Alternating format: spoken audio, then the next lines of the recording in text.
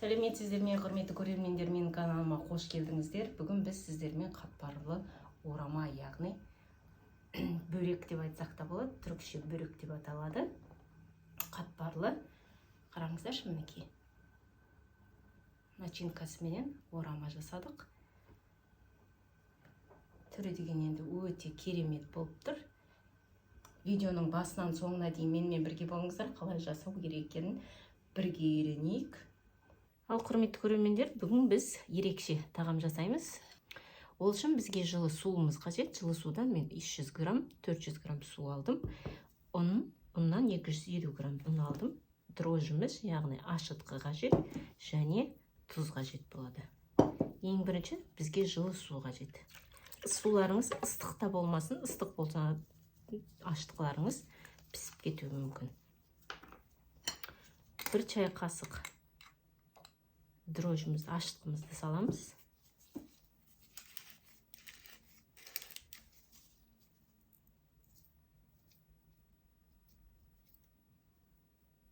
Bir çay қасық тұзымызды саламыз.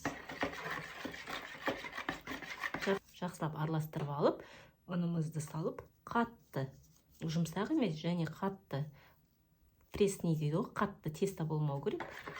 Орташа етіп қамыр бастырамыз.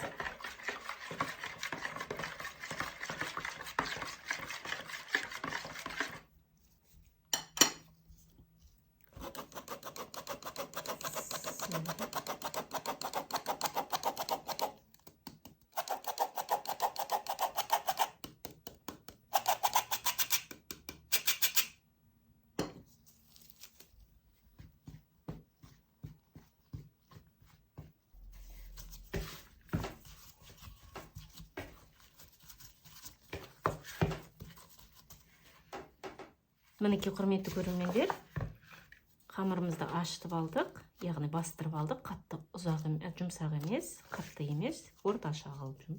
Енді осы қамырымызды 10 минутқа жылы жерге қоя тұрамыз. Ал біздің қамырымыз көтерілгенше, құрметті көрермендер, бізге шпинат пен 2 жуа қажет болады. Шпинатты майдалап, жақсылап жуып алдық. Лугум жуамызды жуып алдық. Майда етіп турап жуамызды сливочный маслода, сары майда, яғни қуырып аламыз. Майда болмаса да, бұлай полукольца дейді ғой, бұлай қуырып аласыздар.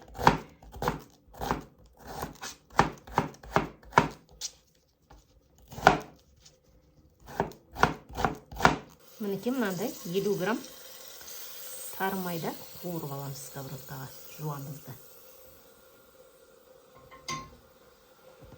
Ал жуамыз қуырылғанша біз шпинатымызды турап аламыз.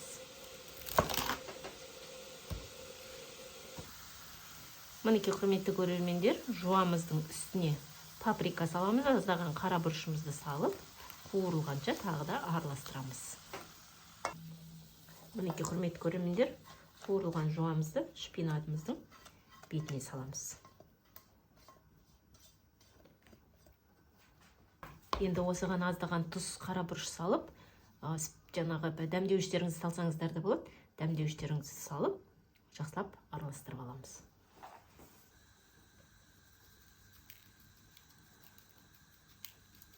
Тұзымызды саламыз. Қара бұрышымызды салып, жақсылап араластырып аламыз. Біздің начинкамыз дайын. Қамырымызды 10 минутқа қойып қойдық. Енді қамырымызды табадан алып,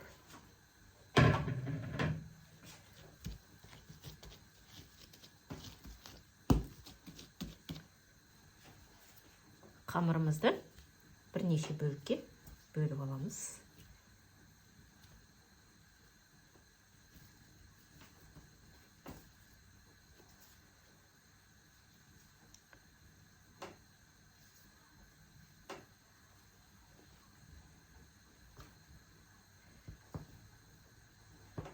Сегіз бөлікке бөліп алайық. Бөлінген қамырымызды осындай майда шариктер жасап аламыз.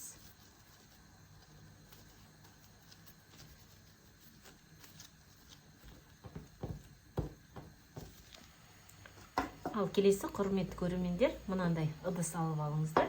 Болмаса стеклянный противень не алсаңыздар болды, я противень. Осыған 50 грамм сұйық май қоямыз.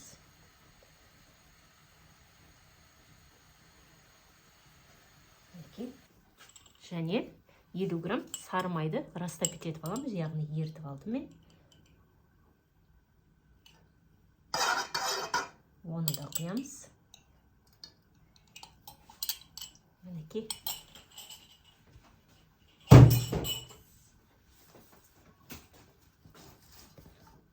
50 грамм сұйық май менен 50 грамм сары май растопить етіп алған. Енді қамырларымызды былай біріктіріп, орап осы сары майға маламыз.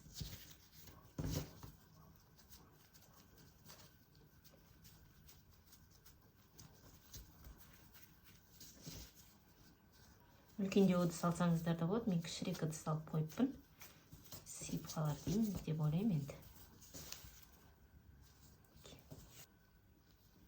Мінекей, осылай майда 10 минуттай қойып қоямыз. Мінекей, құрметті көрермендер, майда қамырымыз тұрды. Мынандай пакет дайындап алыңыздар. Таза пакет ортасынан бөліп алдым мен.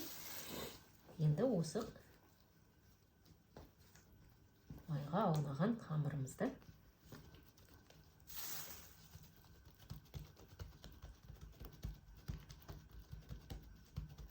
майынан бетін пакетпен жауып, сіздер пищевая пленка алсаңыздар да болады. Жақсылап осылай жаямыз қамырды.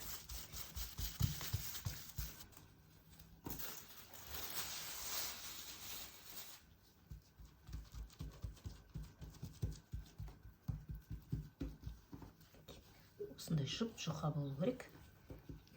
Көрдіңіздер ме?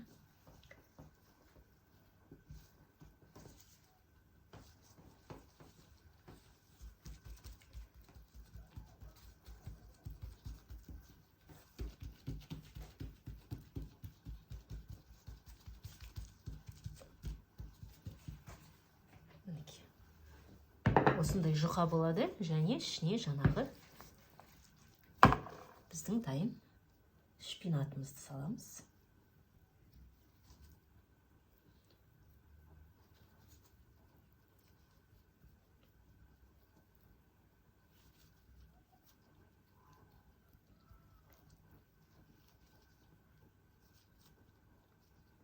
Енді осыны осылай ораймыз. Тесто өте жұқа болды, көрдіңіздер ме?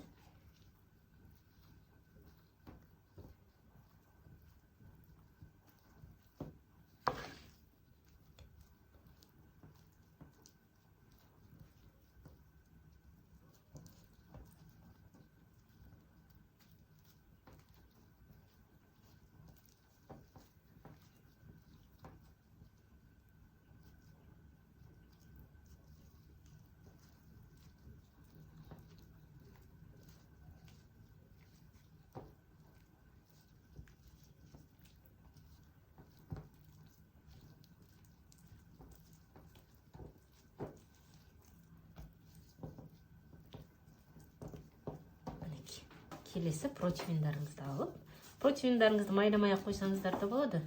Бірақ біз сұйық маймен бір майлап аламыз.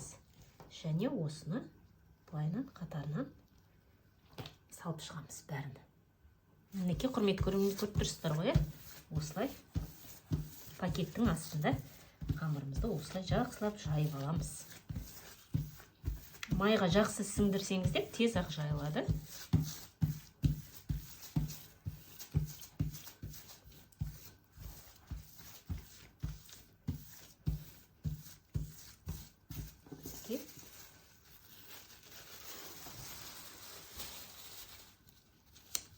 Көрдіңіздер, енді осыған тағы да осылай шпинаттарымызды жуаменен араласқан салып, орап шығамыз.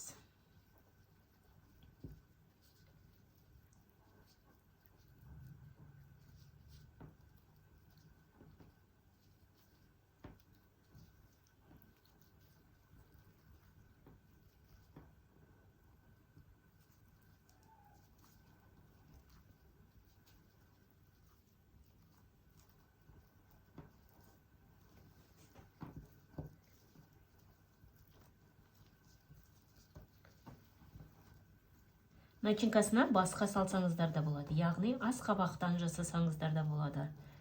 Шавел дейді, шавелден жасасаңыздар да болады.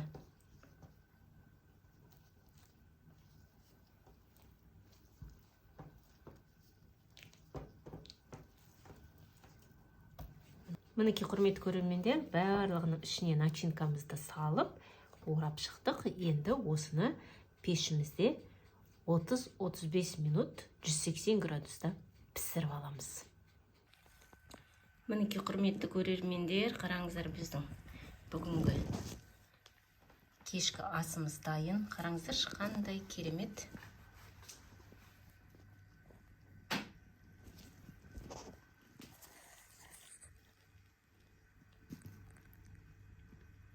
Қазір дәмін көреміз.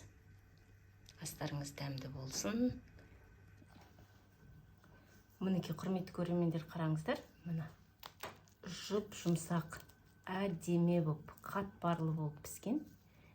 Қараңыздар, құрметті көрермендер, мінекей қандай керемет болып шыққан. Ішіндегі начинкасына дейін қараңыздар, мінекей. Дәмі енді түрі енді әдемі болып тұр. Ол дәмін көрейік сіздермен бірге. Бісмілдә.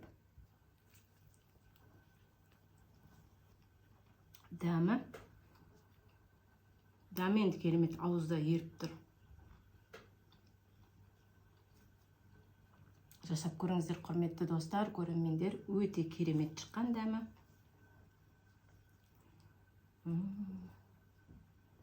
Асты да қатты күймеген, орташа болып, әдемі болып піскен.